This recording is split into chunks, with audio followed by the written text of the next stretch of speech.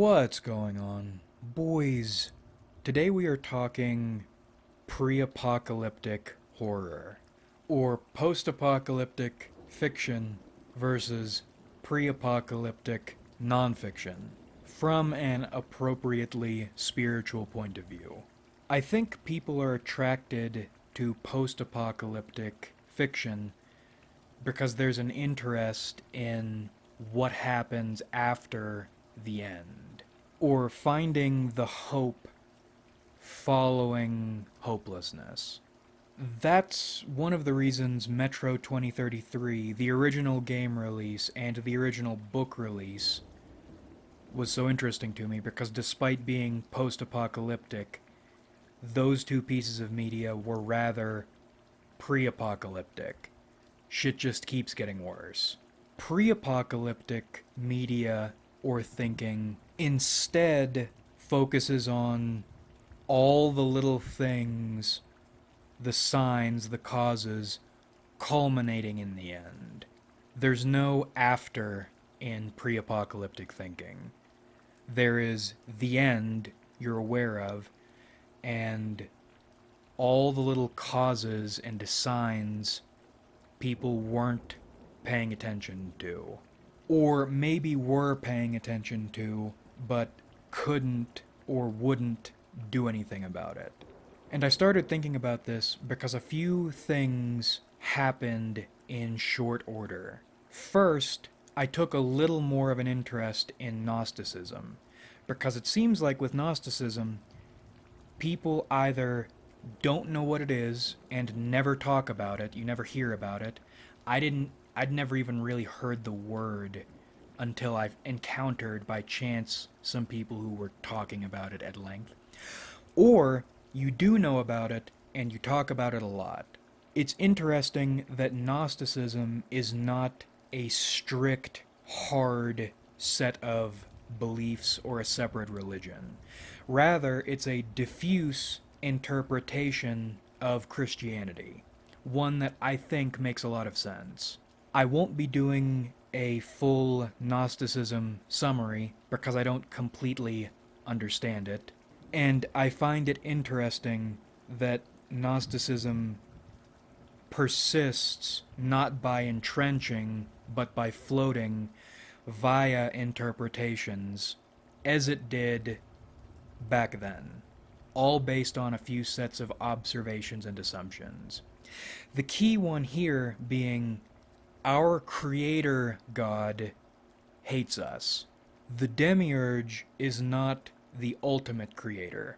The demiurge is just our creator, the matrix architect, the warden, malice incarnate, and the archons, demons extraordinarily powerful who exist to torment us.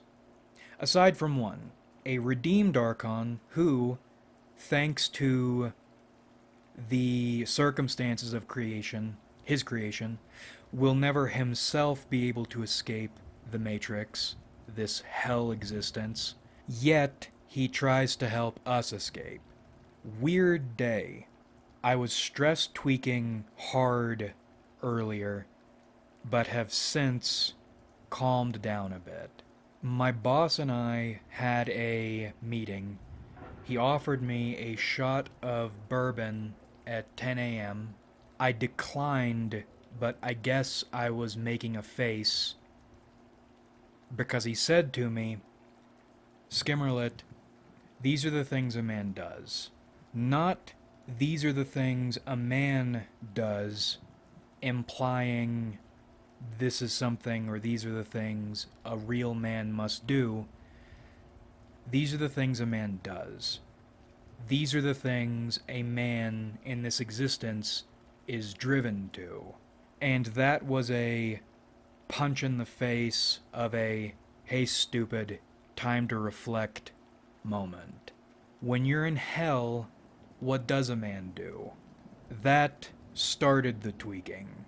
Then, while I was waiting on a confrontational email, I was watching Casual Geographic, And this was following about a month ago. YouTube decided it was going to show me every variety of rabid animal on the planet, including humans.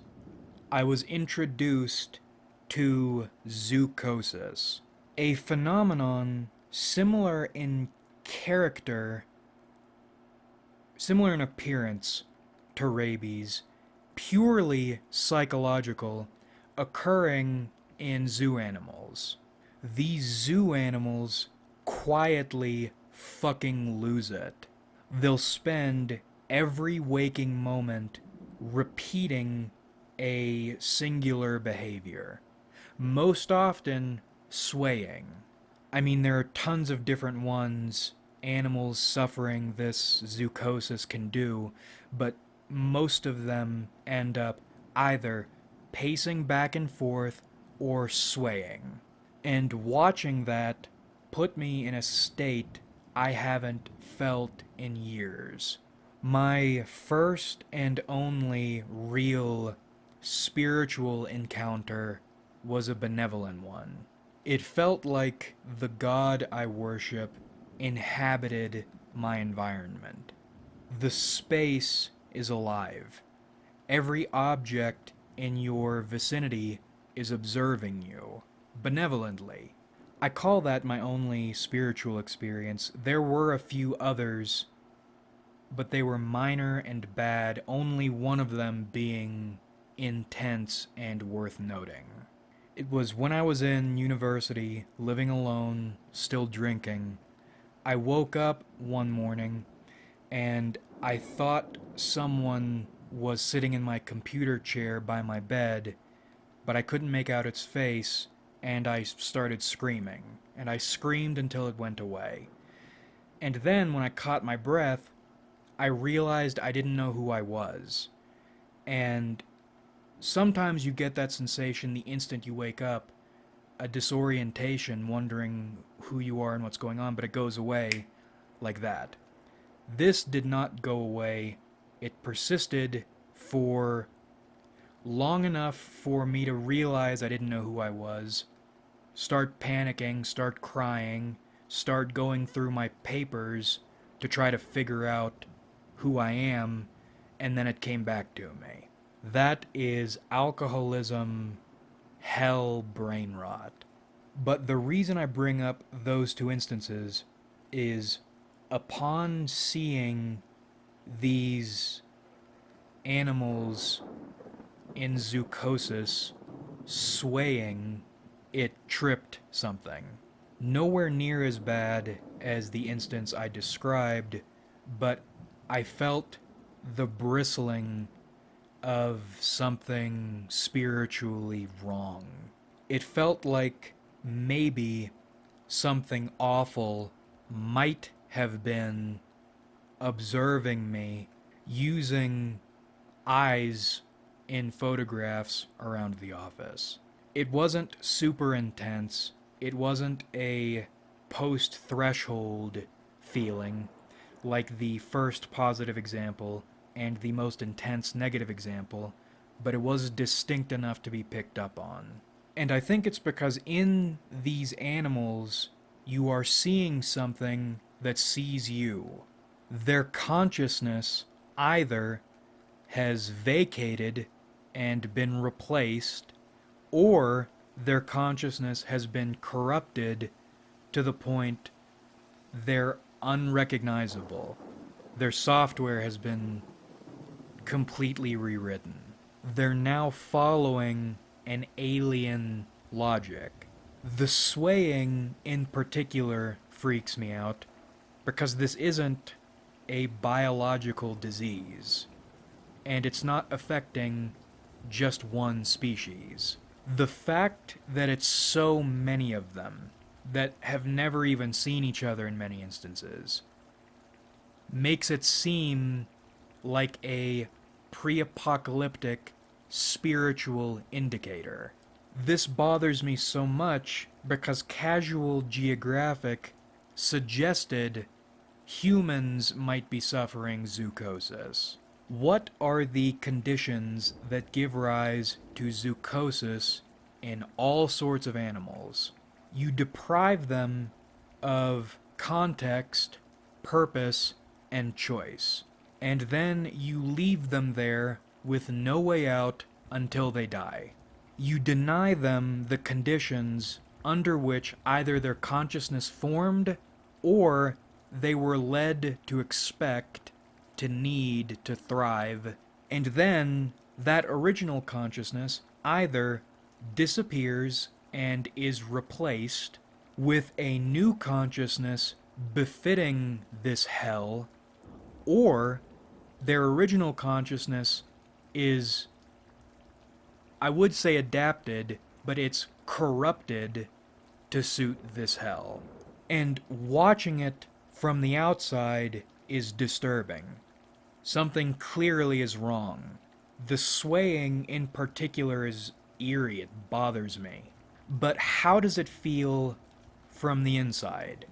To what extent do they recognize something is wrong, or to what extent do they realize their current behavior is unnatural to the point of horror?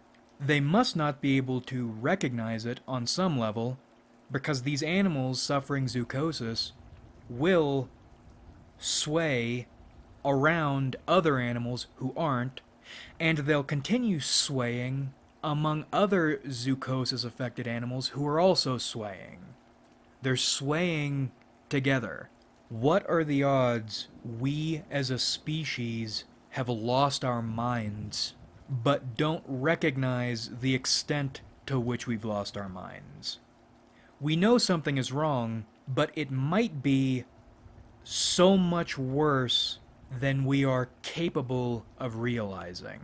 These animals are strange and frightening because their minds have been adopted by hell torture prison logic. They are following a logic. To me, it seems intelligent, or there's a reason behind it. There is a malevolent spark behind it. But it's distressing because they are acting exactly the way they probably should be acting. You put them in a torture prison and expect them not to go crazy, not to be possessed by the essence of the hell around them. It makes me think of my arrest. The entire time I was going through it, I didn't see anyone I would consider a criminal in the stereotypical sense. In chains, anyway. There were a ton in uniform. Tattoos, nasty, violent. But I did see 3 key moments with other inmates. We'll go over 2, because those are the ones that are most relevant here. Most of the people I saw were mentally ill. Very mentally ill. Maybe it was just the time and place I was arrested, but I saw more mentally ill people than I did hardened criminals. The 2 important ones.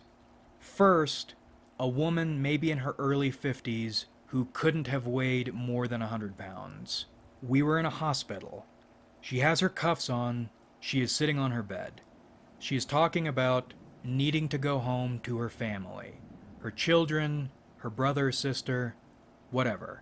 Just on and on about her family while she's cuffed sitting on her bed. So she stands up. She's talking to, I think if I'm remembering correctly, it was either one of the nurses or one of the officers. There were a few. And then, for some reason I wasn't privy to, 4 officers approached her. Again, she's cuffed. Couldn't have weighed more than 100 pounds. Hold her down screaming on the hospital bed, while another cop aims his gun at her and is also screaming at her, until they inject her with shit until she goes out completely. Not dead, of course, but knocked out. 5 grown men in uniforms aiming guns, or a gun, in a hospital on this mentally ill woman. And then the other instance, key instance when I was in my cell, and they were transporting this corned beef neurodivergent dude on a bed or a stretcher or something, but he's chained down, and that sucks because that happened to me. But I also know you're not moving. When you're chained to a bed, you're not moving. Granted, the mentally ill man chained to a bed, probably about as old as I was shaking around and screaming for his mother. They just start fucking tasing him while he's chained. He couldn't have gone anywhere. He was shaking with everything he had and nothing was happening. And they start fucking tasing him. And it didn't do anything. He went right back to it. Hours. Hours he was doing this. It didn't accomplish anything. Why did you do it in the first place? How are you allowed to do that? Archons. Hylics. Psychics. Pneumatics don't exist. Archons are the empowered demons put in place to torture you. Hylics are people purely of the torture prison world. There's no divine anything in them. Psychics are of the torture prison world, but into them was smuggled a divine spark, not a malevolent spark. Pneumatics are born of the torture prison world, and into them was smuggled a divine spark, but they seized upon it and either have made their way out of the Matrix or will. In my opinion, it's more like there are the Archons, the demons managing everything, torturing you. There are the people born with a malevolent spark that refines with age, and then is seized upon, or not, it doesn't really matter. Those would be the Hylics in this system. And then there are the Psychics.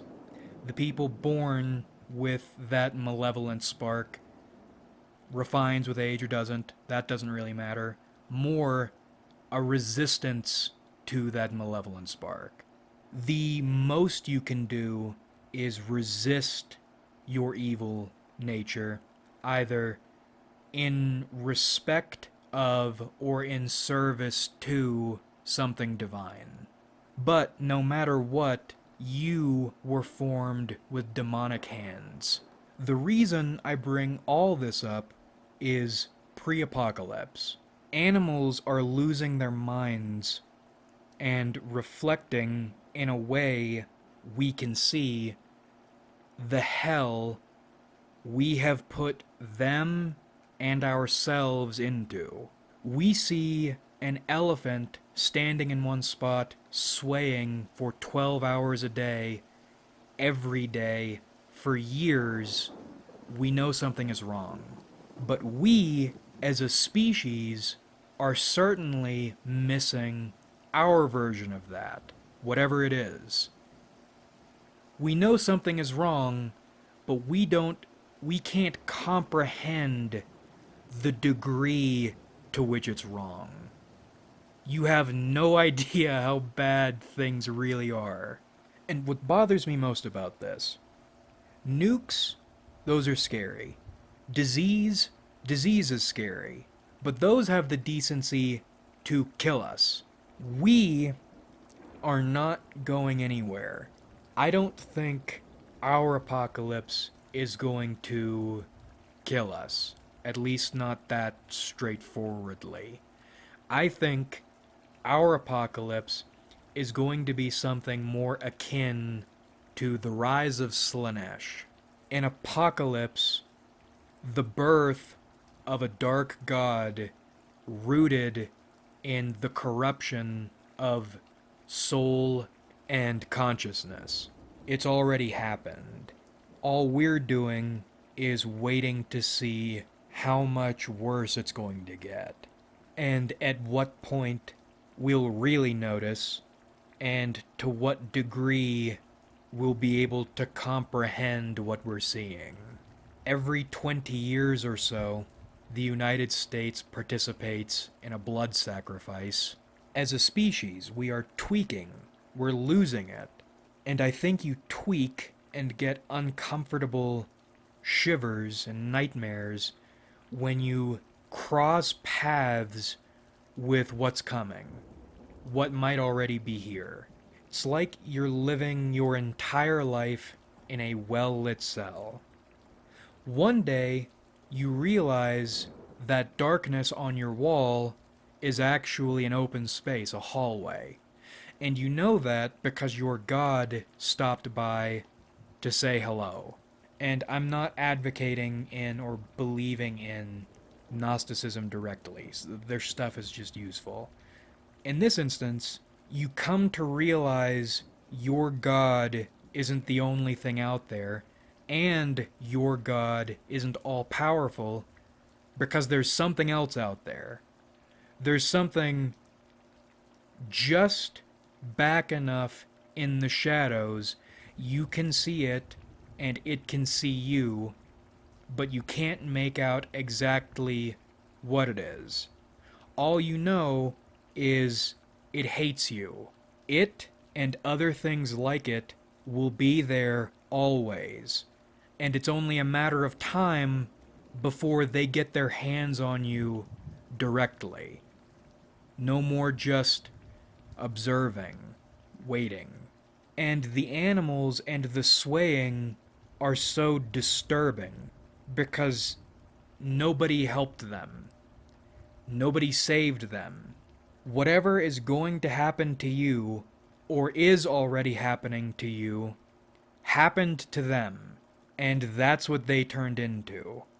An eerie husk standing there every single day until it dies, swaying.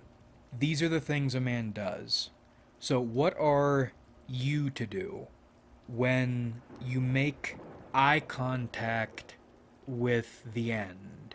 When you are confronted directly with an archon or the demiurge or whatever awful thing is behind them, and you see the future before it happens. You get shivers of the incoming horror, or a living premonition, like in World War Z, getting reports of zombies before shit has actually hit the fan, sometimes months in advance. And I forgot there were pre-apocalyptic aspects to that very post-apocalyptic book. Neat shit. In fact, I did text myself two things. You aren't lost, but you are looking lost in the face. You are brushing against the phantom of what you are probably going to become. What is there to do? Well, I think there are a few options, but they are linked directly with your typology, among other things. But fortunately, we correctly classified typology as magic not too long ago, so it does have a place in this discussion. The other thing written: build of your soul a fortress and draw deep from the well. Psych. This is an order development video. If you don't want to lose your mind and your soul, then you need to identify whatever your ascendant state is and move toward that. I think I'm going to do a separate video on ascendant typology, but suffice to say here, smuggled into you, maybe, is the capacity to endure hell. It's that psychic, pneumatic Sophia shit. You aren't just serving your god in a vacuum for whatever reason, even though you are serving. You're in the middle of a maelstrom that is only getting worse. All we're getting right now are bands of rain and wind. If you fail and lose your grip on your soul and your mind, not only are you going to suffer worse torture, the only reason they aren't torturing you worse right now is because despite what they want you to think, the elites don't want you to know this, you do have enough power to resist somewhat, or at least to maintain somewhat, fingers crossed, praying to God, independent control over your mind and your spirit, but also you become another mechanism by which this consciousness apocalypse operates. Our position feels like that renegade archons. You were born here and you'll never get out, but you, at the least, have the capacity to seize your own integrity. Integrity of mind, integrity of spirit, despite the hell around you. And what do you do with it? Once you have it, once you've protected it, you become an antigen, or whatever you're supposed to do. The roller coaster is creaking upward right now. We aren't rushing down. You have time still before shit goes crazy and you maybe won't be able to seize or protect your integrity anymore. That zcos shit just really fucked me up. You're seeing an archon looking back at you in their eyes. Cruelty Squad, Abraxas, smiling down at you forever with malice. Or another way to look at it, maybe, is hell is other people. Eyes are the window to the soul, but in the absence of a soul, or in a corrupted soul, or a compromised soul, you're dealing with demons, and the shifting currents of hell don't just beat your physical body around, they directly influence your consciousness and your soul. And we are moving ever closer to another big one. Big current shift. Or again, shit, maybe we are already in a very bad one, but don't realize it and haven't been allowed to die. Pre-Apocalyptic. But that about rippity wraps this one up. I hope you enjoyed watching, so I certainly enjoyed making it. If I talked about everything I wanted to talk about in this video, it would be way, way too long. And not coherent enough. We'll talk about ascendant typology and more, actually more, fractured order development stuff. This video was more focused than I was expecting it to be. Another time. Like if you enjoyed, because it helps me out a lot. Subscribe if you haven't, because we do this shit sometimes. And comment your thoughts, because I love hearing from you. What are your disturbing indicators pre-apocalypse? What's some pre-apocalyptic shit you've noticed? Just the fact that we might not realize how bad things actually are. Again, you see an elephant swaying for 12 hours, for 12 years, every day, for 12 years. You know something is horribly wrong. How do we... Maybe the elephant doesn't know. But how would we notice something like that in ourselves? Or maybe we notice it a little bit, but don't realize how horrific this sort of thing is. Who knows? Let me know your pre-apocalyptic stuff. But thanks again for watching, everybody, really. We have a lot of fun on this channel. So much fun, in fact, you can drink it at 10 in the morning on a weekday. Because that's a lot of fun, and that's how much we have on this channel. And I look forward to doing this with you guys again in the future.